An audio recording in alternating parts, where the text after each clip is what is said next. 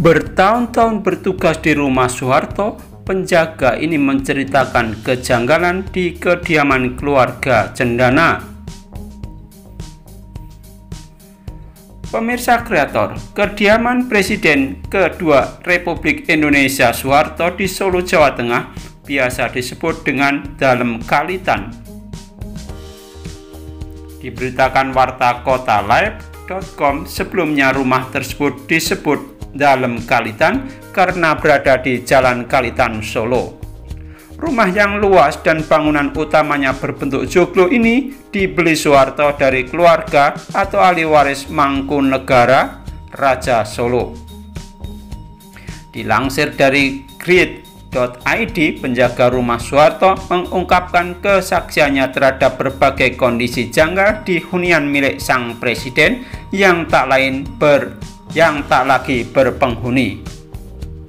Beberapa kejanggalan diungkap penjaga rumah Soeharto yang bertugas menjaga hunian milik keluarga Cendana itu. Lantas apa kejanggalan yang terjadi di bekas rumah sang presiden kedua RI menurut kesaksian penjaga rumah Soeharto? Pemirsa kreator, sebagaimana diketahui, rumah Presiden kedua Republik Indonesia Soeharto yang berada di Dalem Kalitan, Solo, Jawa Tengah menyimpan kisah yang menarik sekaligus aneh. Rumah Soeharto dan istrinya Tin Soeharto itu dirawat dan dijaga oleh petugas jaga. Selama bertugas bertahun-tahun di rumah Soeharto, Toto mengalami atau melihat banyak kejadian yang tak masuk akal. Penjaga menjelaskan rumah Soeharto di Dalem Kalitan sebelumnya adalah milik Ratu Alit. Penjaga pun menceritakan 4 kejadian di rumah Soeharto yang berada di Dalem Kalitan, Solo. Berikut 4 kejadian aneh yang dialami oleh penjaga di rumah Soeharto di Dalem Kalitan, Solo. Yang pertama, petugas jaga tertidur dipindah makhluk gaib. Dikutip dari warta kota live.com, Toto bercerita pernah ada petugas jaga yang berasal dari aparatur negara mengalami kejadian aneh. Petugas itu tertidur, namun saat bangun dirinya sudah berpindah tempat dari lokasi dirinya tidur. Petugas yang tertidur meski sambil duduk dan hanya sebentar, tiba-tiba setelah bangun sudah berada di tempat lain, ujar Toto. Toto mengatakan tidak mungkin ada petugas atau temannya yang berjaga yang memindahkan petugas tersebut. Saya juga tidak tahu siapa yang kuat mengangkat petugas jaga yang tertidur itu, ujar penjaga. Kemudian yang kedua, gamelan berbunyi sendiri. Ada lagi kejadian yang tak masuk akal yang dialami oleh penjaga Toto. Di rumah Soeharto di Dalem Kalitan, Solo terdapat seperangkat gamelan yang diletakkan di ruang depan. Gamelan itu biasanya dibunyikan saat ada acara-acara khusus. Tetapi peristiwa aneh di rumah Soeharto terkait gamelan itu kerap terjadi. Gamelan itu sering berbunyi sendiri terutama sekitar jam 02.00 dini hari, kata Toto.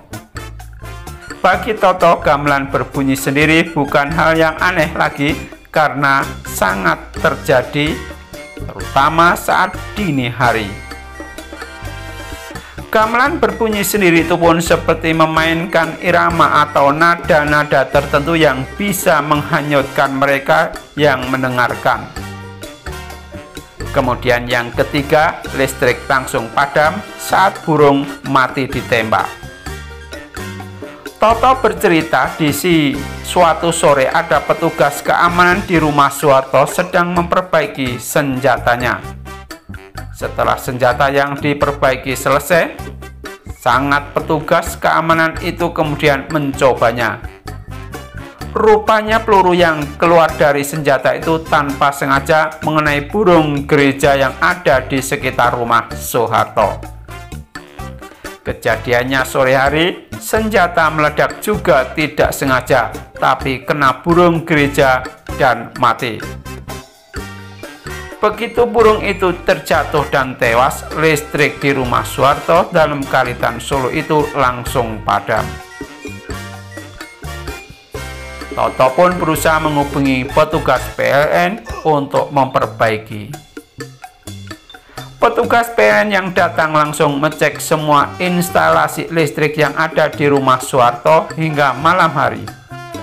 Petugas PLN menyerah, akhirnya kami gelap gulita malam itu sampai hari berikutnya, ujar Toto. Menurut Toto, sehari kemudian tanpa ada perbaikan dan lain-lain, tiba-tiba listrik di rumah Soeharto itu langsung menyala dengan sendirinya.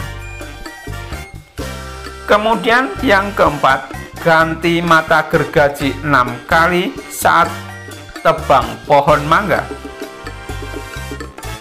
Pemirsa kreator, satu lagi kejadian yang membuat Toto merasa aneh selama bertugas di rumah Soeharto.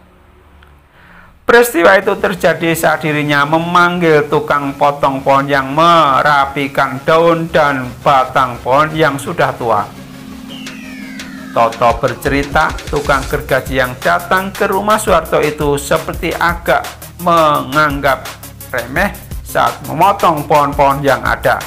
Karena dia agak sombong, tiba-tiba mesinnya mati. Tiba-tiba tidak bisa dipakai. Setelah dibongkar, ternyata di dalam mesin ada potongan kayu besar, ujar Toto. Bukan cuma itu saja, tukang potong pohon itu pun harus mengganti mata gergaji sampai 6 kali hanya untuk merapikan satu pohon mangga di rumah Soeharto. Semua peristiwa janggal di atas merupakan penuturan Toto dari pengalaman yang dialami dan didapatkan. Demikian yang disampaikan PT Kreator.